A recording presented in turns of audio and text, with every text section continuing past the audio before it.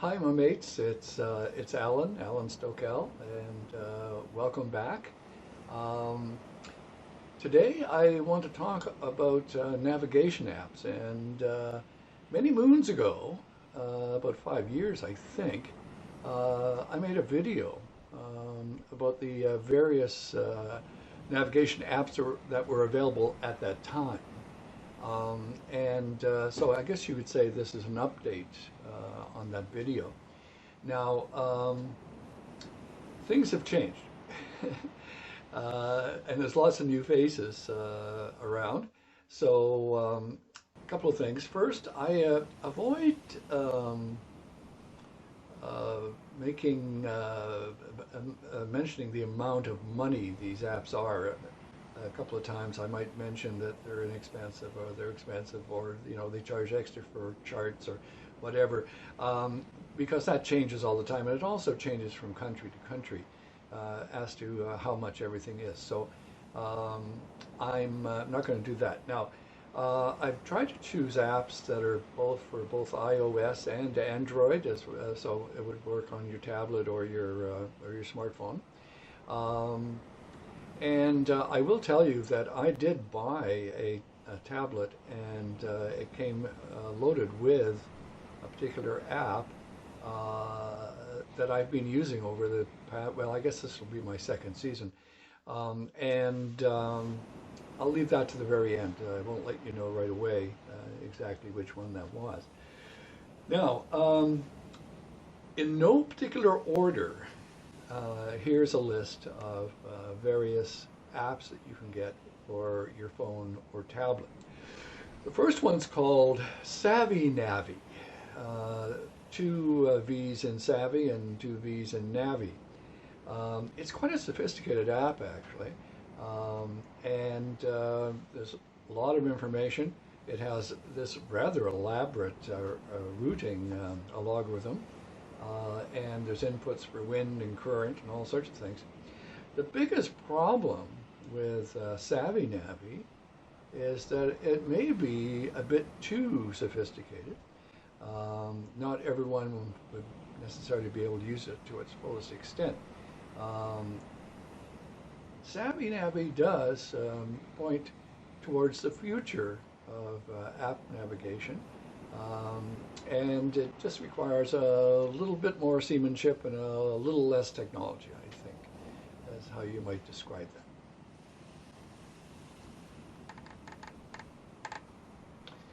Now, the pros of Savvy Navvy is that it's quite intuitive. Um, there is wind and tide information available.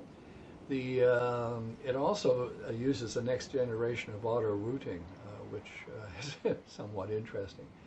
The cons might be the charts are a little light on info such as depth, important for me.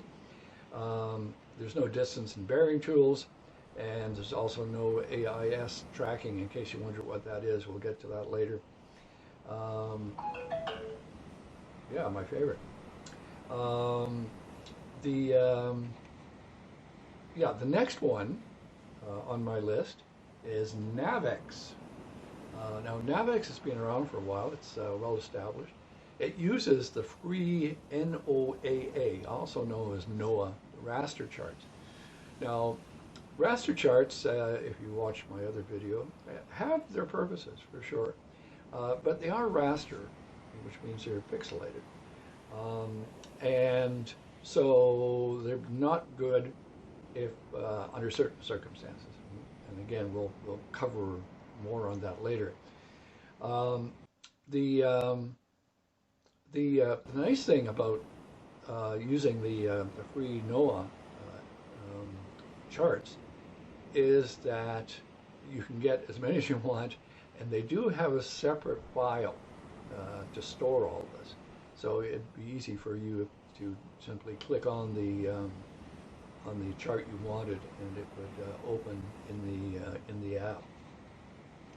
Um, you can zoom in and out, so that part is quite easy. And you can go back to the chart menu and a whole bunch of other things. The app does have route planning. Um, I'm sorry, route management, they call it. Weather forecasting, waypoint management, tide and currents, GPX, export and import. And it can sync with NMEA data. And we, well, again, we'll talk about that as we go through the various apps. And that is through Wi-Fi, by the way. And it will connect with your depth sounder if you have such a thing, and if it's possible to connect with other devices. The pros, of course, is that you get free charts. You can display your position in real time. It's reasonably priced, and it's full featured, so it's actually quite good. Now, the cons are that it doesn't come with anything in the way of a community guidebook, and it's not necessarily that easy to use if you're not experienced. The next one on the list is Navionics, which is, by the way, owned by Garmin, which is quite well known, and it is a force to be reckoned with. It's compatible with iOS and Android, and features all sorts of new stuff like the Navionics Gold Vector charts. And the vector charts are the charts that when you blow them up, you don't get the fuzzy pixelation that you do with the other charts. So if you tap the chart, you'll see a crosshair pointer that displays all the local information you might need, including sun and moon, phases, winds, forecast, tides, weather, currents, and you can edit all this stuff, and you can make your own routes. You can use someone else's routes. It's really good that way. You can also share with the social media, and you know something, to me, that means nothing, because I don't share with social media. So, but for other people, it may be very important. So now, keep in mind that Navionics recently released an advanced version known as Navionics Boating, and is packed with all sorts of features that the initial app had, and then some extras. Anyway, a good app. The pros: new chart regions seamlessly pair with the current charts that you may have on your device. It's very easy to create new routes and also edit them. You can, again, share your stuff with on social media, which I personally don't believe in, and it integrates well with what they call a Navionics community, which means there are things going on there within the community, and they're very helpful if you're having issues. And so now we'll go to the cons, and really the only con that I can think of is all the charts are sold separately, and they're not free. Now, the fourth one is Marine Navigator, and that is decidedly a budget-friendly option. You can get Marine Navigator app on your Android, tablet, or smartphone. I don't think it's available yet in iOS.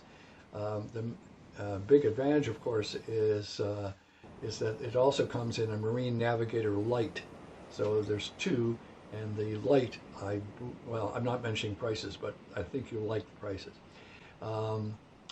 It has a bunch of handy features that will hopefully make your experience on the water worthwhile. Again, the app uses those NOAA raster charts and other charts such as KAP and BSB charts. It shows your COG. I love COG, course over ground, and as well as SOG, which is speed over ground, while allowing you to throw in routes, tracks, waypoints, the whole mix. These are all recorded, and the app is active and operating in the background. You can export import routes and waypoints and all sorts of things. So pros, handy features such as MOB, man overboard, push the button, and it will lock in to where that position was when you push the button. You can add tracks, routes, and waypoints, and but the charts do automatically update, and they sync quite well. The con is it's only compatible currently with Android devices. Number 5 is CMAP, and CMAP is a product that produces great charts with just the right amount of detail for spot depths and large navigational markers and all sorts of things. There is wind data via the GRIB, which is General Regularly Distributed Information in Binary Format. I had to look that one. Oh, by binary form, it says not format.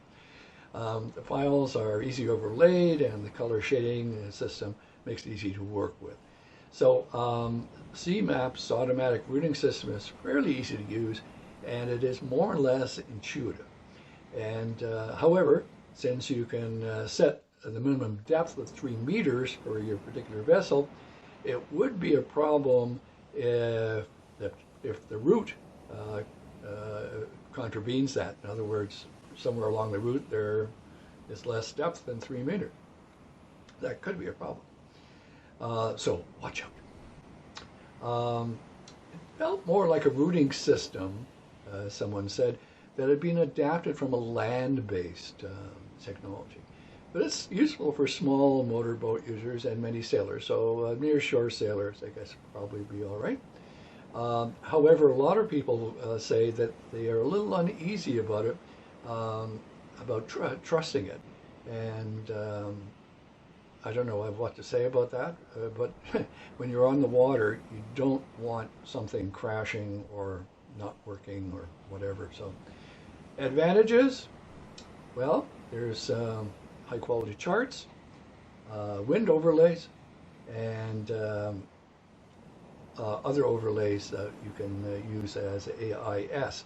Now the disadvantage there, of course, is that it's rather slow to load, and I remember last time that hasn't improved. They don't have any tide or current overlays, so if you're a salty sailor, that may be a problem. And there's no bearing shown when you're measuring distance. So now a couple of things. If you enjoyed this video and found the video useful, perhaps you can consider giving us a thumbs up. If you're interested in having more or seeing more of these videos, I recommend that you subscribe to this channel. And we usually post once every 2 weeks or so, so it's not a major commitment. And we'd really love to have you as part of our community. So again, my name's Alan. Thank you very much for watching.